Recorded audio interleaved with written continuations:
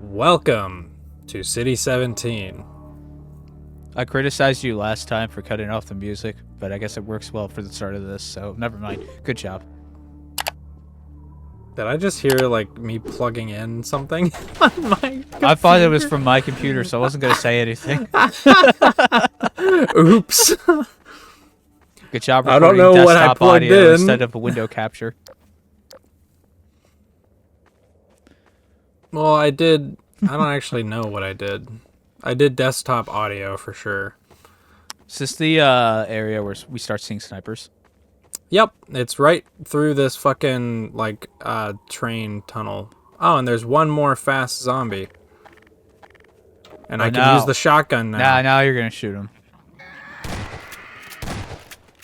He jumped at me a lot faster than I thought he would. I saw the, like, fear in you for a second. I was like, oh, shit. I had to put it out of its misery. Games sometimes surprise me when they actually have birds in the sky shootable. So like Halo 2 has them as well. If you shoot them, they explode into a fine red mist like Mech Assault. This game is all about the like random immersive elements. That's just Half-Life, honestly. They always try to add that shit. So it's funny because, you know, when Cyberpunk 2077 came out, people were comparing it to this game for some reason. Because in Cyberpunk 2077, when you shoot the water, nothing happens. But in Half-Life 2, you get the water splashes when you shoot the water. Yep. To be fair, I feel like you would expect it in Cyberpunk. That feels like an L on Definitely, yeah. Like that game was just painfully unfinished. Who would have guessed? Well, maybe I'm guessing it has water effects now after all of its updates because it is basically a finished game now. It is a finished game and it's really fun. The bits I played. I mean, I've honestly been interested in trying it. I've just never played a game like that. Haven't you played Skyrim? No. Oh. Fuck you. That's just unfortunate. No, the snipers will actually aim for stuff like that to try and kill you. So you should have shot it first. I forgot that they do that, honestly. I would too. Convenient little crawling section here. I would have just ran. Not thinking about crawling under here. No, they put it here for you to crawl under it. But you haven't really played any kind of open world RPG? I mean, I've played Breath of the Wild building? And Elden Ring. Breath of the Wild and Elden Ring do not count for this. Well, then no, I haven't. I played approximately 4 hours of Horizon Zero Dawn. I have never touched that. I don't think it counts either. Fuck you. Fun fact. So there's a section in episode 2, I believe, of this game where I ran back and got health. That's what that fade was. Okay, I as expected, I do not blame you. But what was I gonna say? In episode 2, there's a section where supposedly Alyx is helping you snipe at like zombies and combine zombies and whatnot. And if you shoot at the, or if you throw a grenade at the sniper effect like you do in this level, you'll see that it's actually just a combine sniper that just has Alex's voice. I mean, hey, if it works, it works. It does, but it's just hilarious. That's like the laziest I think Valve has ever been with something like that. Well, how long did it take them to make episode 2? Like twice as long as it took them to make episode 1. So I think 2 years.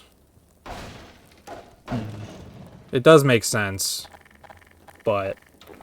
And that's why they never made episode 3, is because it would have taken the full length of development time. Okay, I would just like to say a quick made. word about that machine gun you were holding. That thing fucks.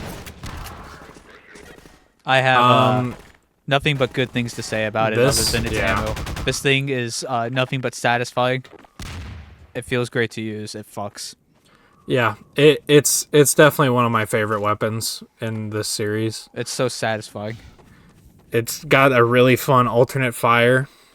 Also, I'm missing it right now, but there's a G-Man Easter egg all the way to the right where those trains are. Neat. But was it an Easter egg or just sighting? It's a sighting of him. Okay. But that's just what I always call them, is G-Man Easter eggs. Oh.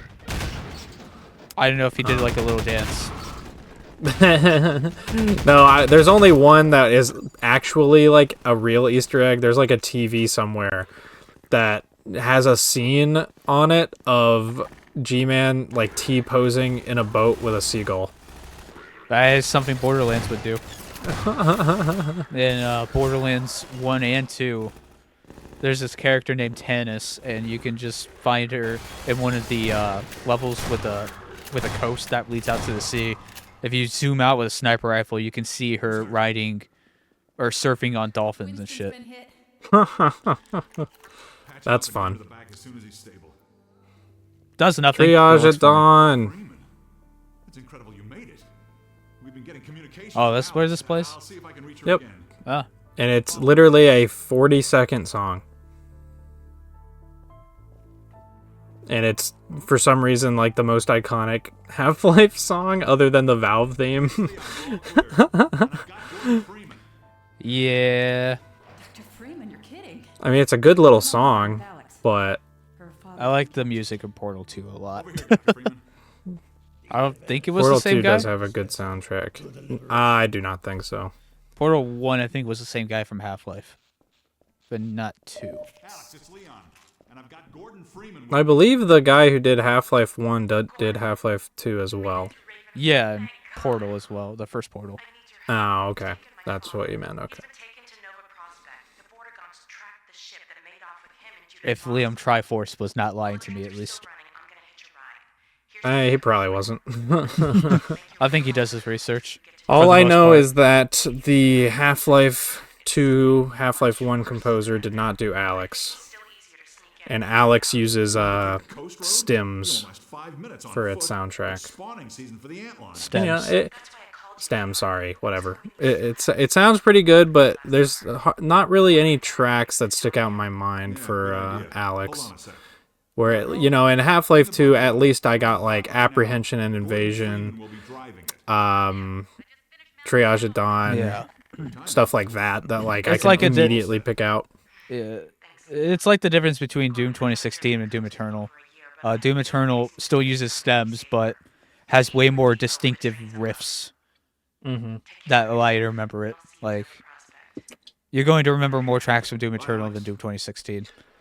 Yeah. And the only thing they fears you is just the icing on the cake. I do think I'd prefer stems for like a Half-Life, like a modern Half-Life game. Because, yeah, it is really kind of upsetting and annoying when a song starts playing in a specific section and it just ends before you're done. Or or you die and you reload and the music doesn't start playing again. Halo's really bad about it too until you get good at the game. Yeah.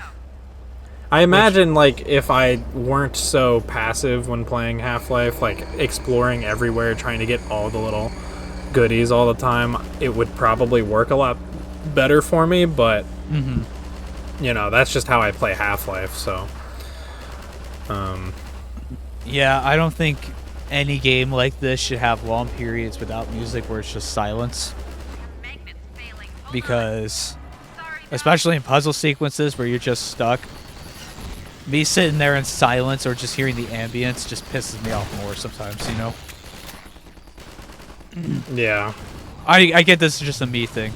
But hey, this is my channel, so fuck you. I mean, I get what you mean, Oh, it has ammo in the back? Yeah. You get endless, like, MP5 ammo. I have no idea if I knew that or not. Just means you're going to be using the MP5 a lot if you're like me and you feel the need to be conservative with all your shit. I'd use the shotgun for as long as I could. It's because it's more useful against the ant lions from what I remember. Mm-hmm. Yeah. Also, this is the only time we get the Tau cannon in Half-Life 2. Sadly. It is... In canon, it's the same kind of gun as the Gauss gun or the Tau cannon in Half-Life 1. What are you doing?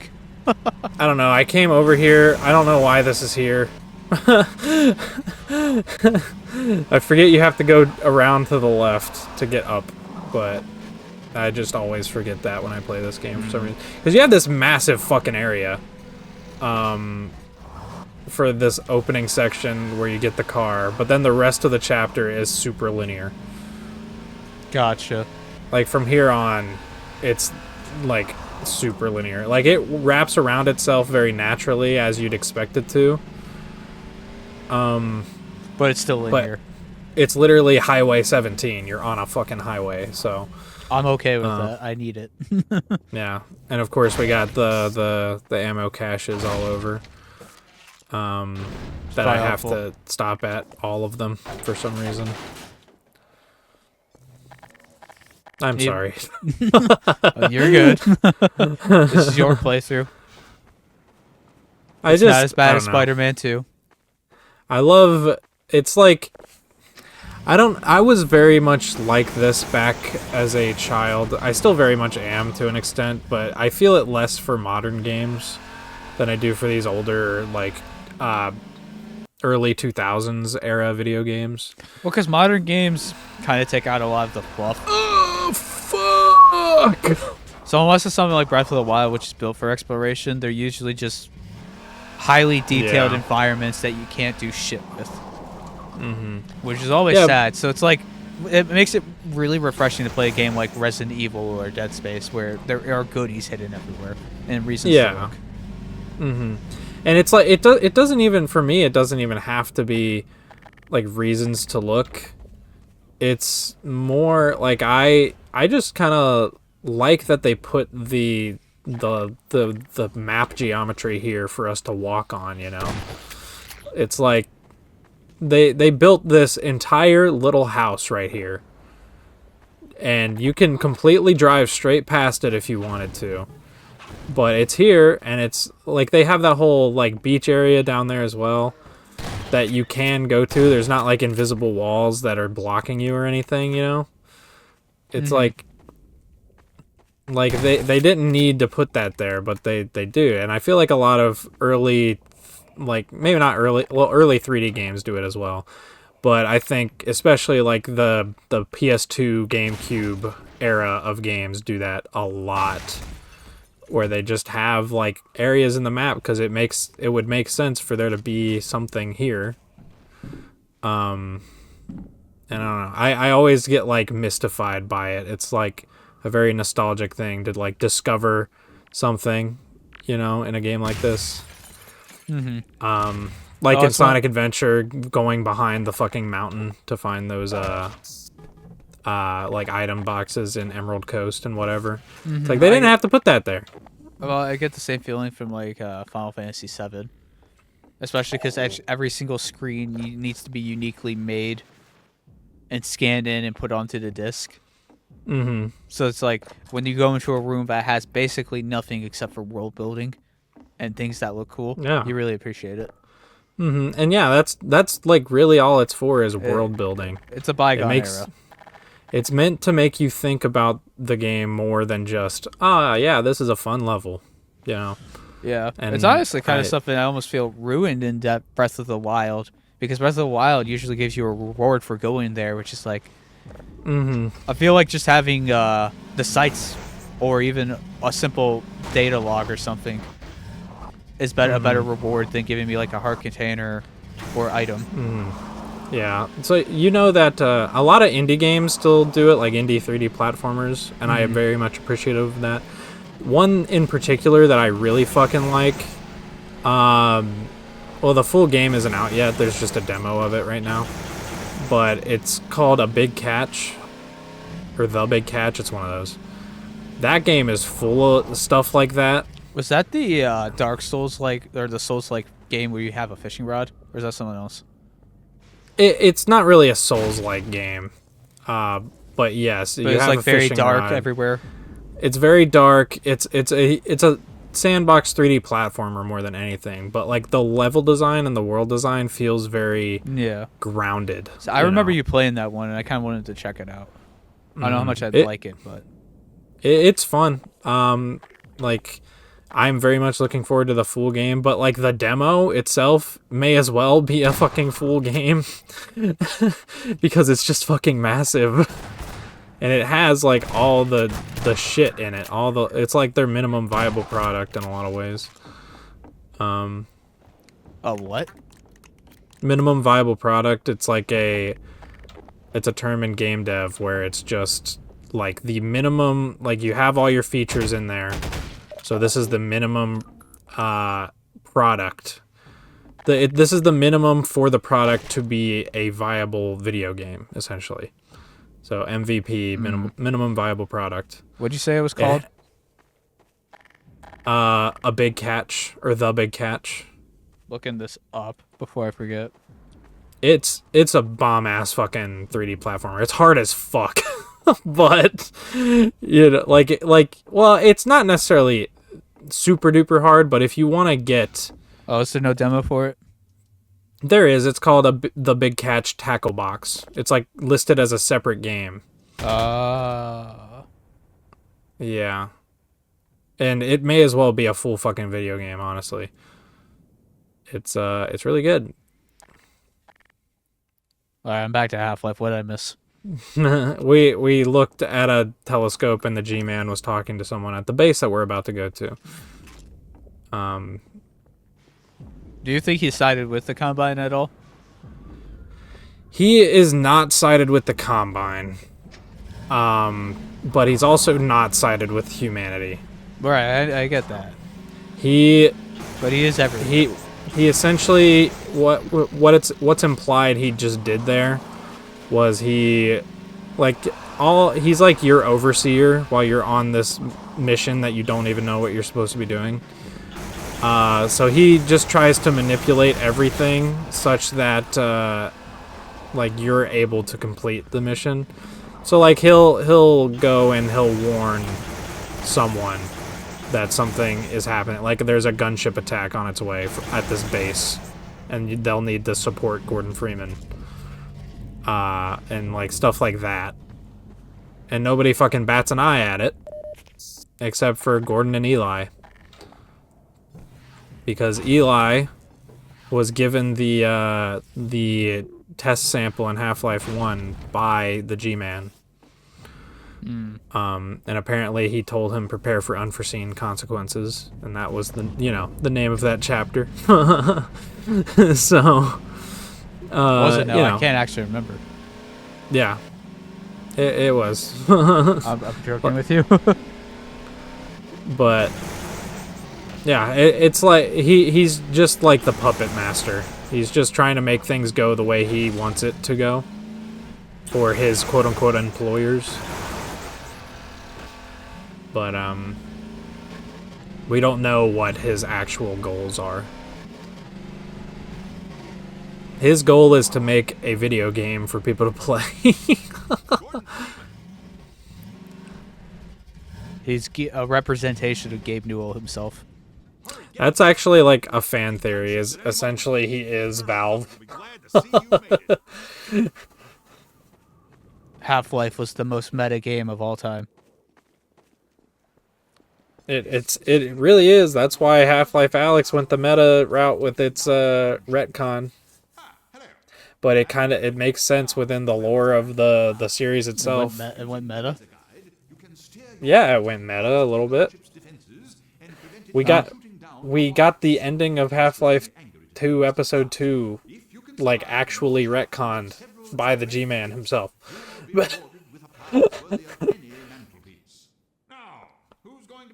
Thought you said you saw the ending to that game. No, I didn't think of it as meta though. I mean, I just thought of it like if you can interpret it more as meta because like Oh, what was I gonna say? The way he's talking about it, he's like, yeah, so, he essentially didn't want Eli to die, for whatever reason. But the way it's written and everything, you can interpret it as, we wrote ourselves into a corner, so we're gonna change the ending here.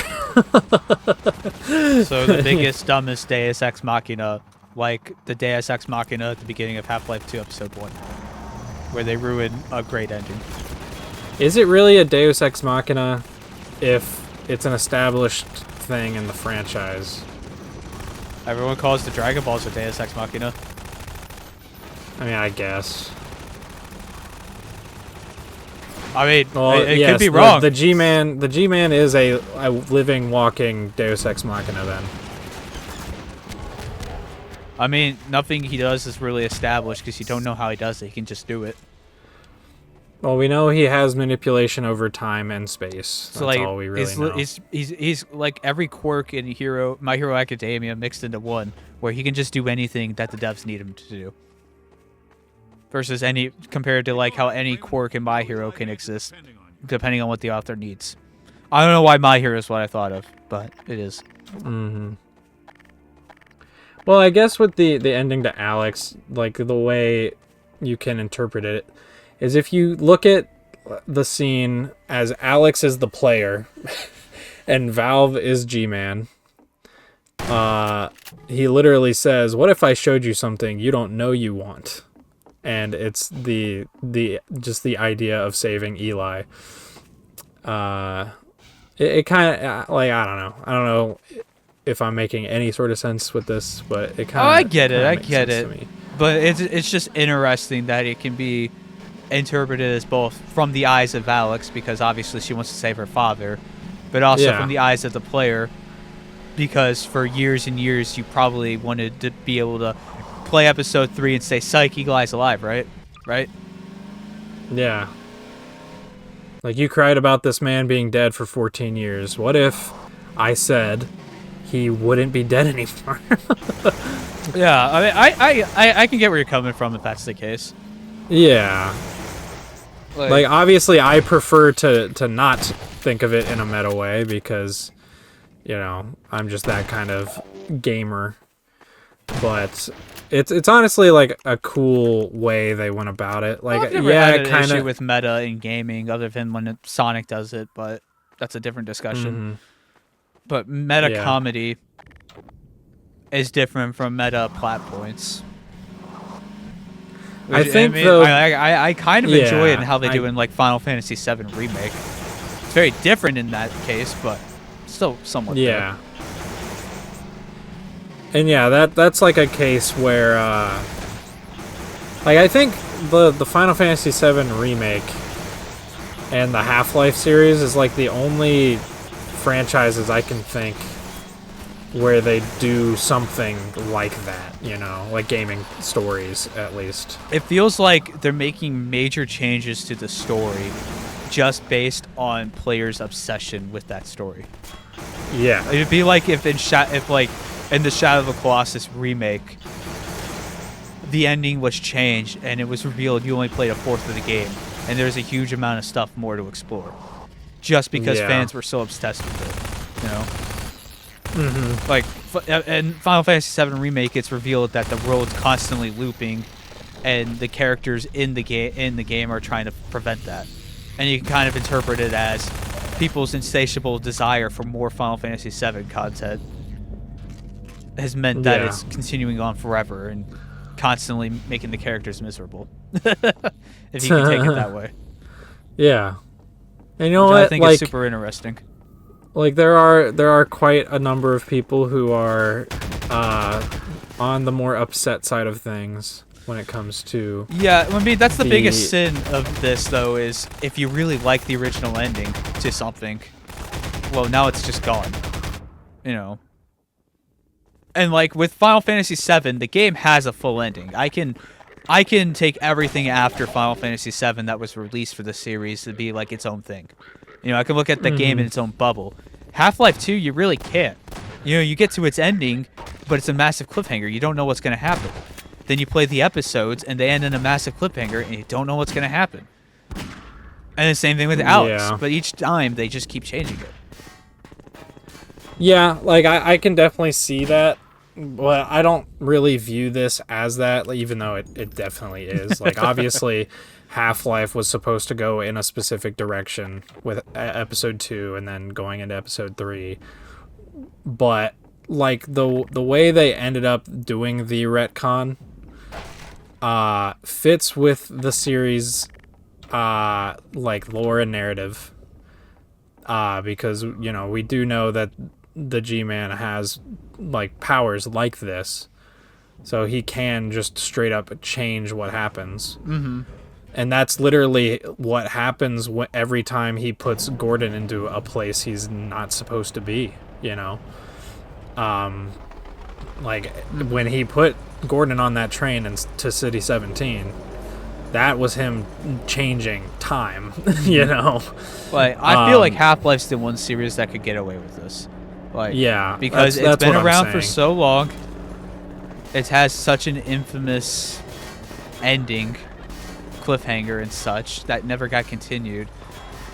I feel like this is the one series that's allowed to say, hey, we're finally returning, but we're going to do something different to justify making tons of more Half-Life content. Yeah. You know, I'm sure people can be depressed about that. Like, yeah, like, it is depressing in a lot of ways, but at the same time, I completely understand them doing it that way. Because, just, like, think. Everyone has these... For 14 years, their expectations of what comes next have been built up. And, you know, no matter what they were going to do, it wasn't going to live up to that, so why not just do something entirely different? You know, I fully understand that line of thinking with it. Not everyone likes it, but, you know, I think it's reasonable at the very least. Mm-hmm. What are you doing?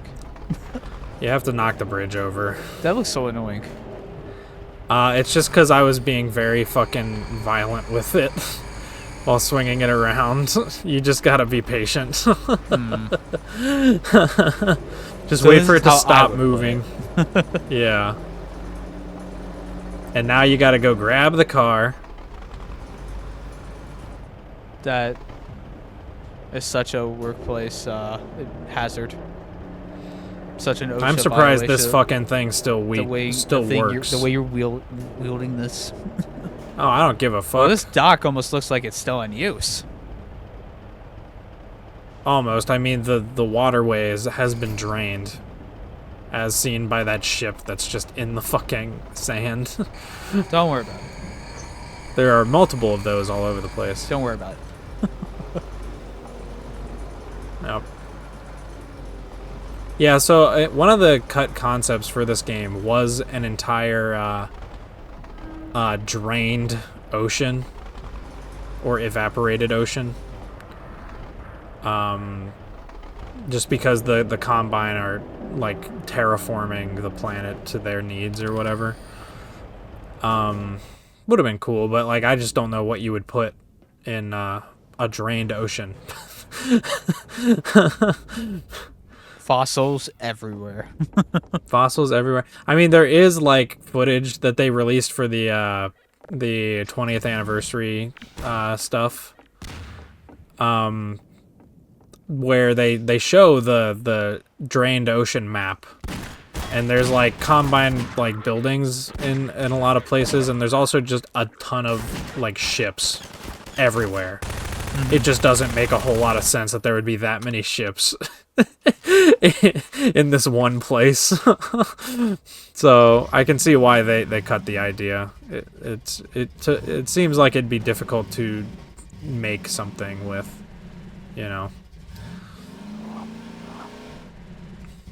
There's a lot of cool stuff about this game's beta. This is one of those games that looks like there's too much to sink your teeth into to find, like Shadow of the Colossus. Yeah, Shadow of the Colossus is a short game, so like I wouldn't mind looking into that as much. This though, it's too much. There's just stuff everywhere. Betas. So many betas. Yep. So many developer interviews. It's too much for me to look at. I, for one, love that shit. Give me more.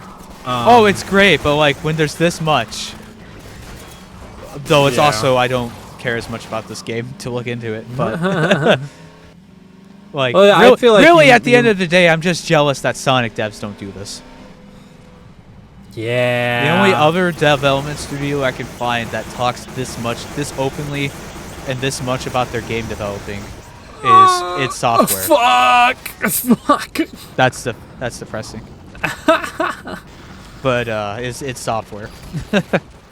They all members have done tons and tons of interviews talking about stuff. John Romero has a full autobiography. Yeah. There's like a 6-hour podcast of John Carmack you can watch if you want that. That does sound fun to me. Listen, I will watch like hours-long videos on a game's development for a game that I've never It's not only about played. games. It's only like 2 hours of it's actually about making id Software games. Oh. The rest of it's I would on watch other the things. 2 hours then.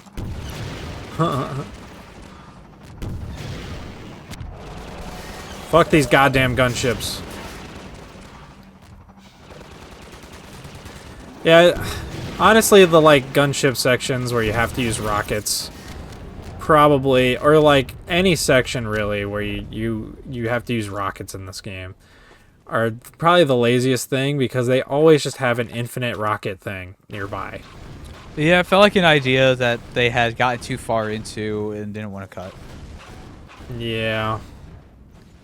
Because, like, having random infinite ammo boxes... Look, it was the intern, alright, he was really excited about it.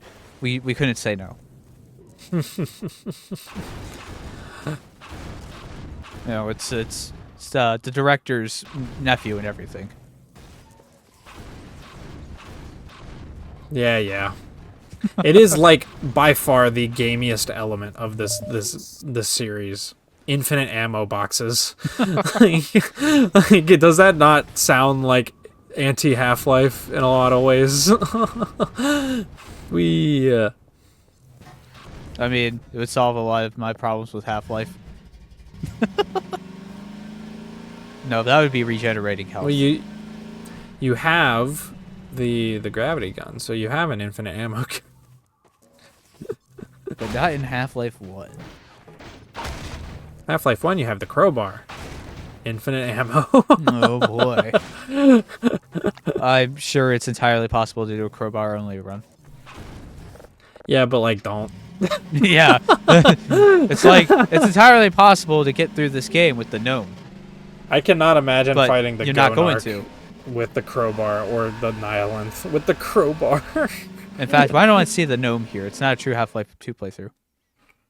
The gnome's in episode 2, you fucking fake ass bitch. I'm not fake. I didn't pretend to be a Half-Life fan. And now, when I record Half-Life 2, episode 2, I'm going to be taking the gnome with me. So oh boy. That'll double the length of our playthrough.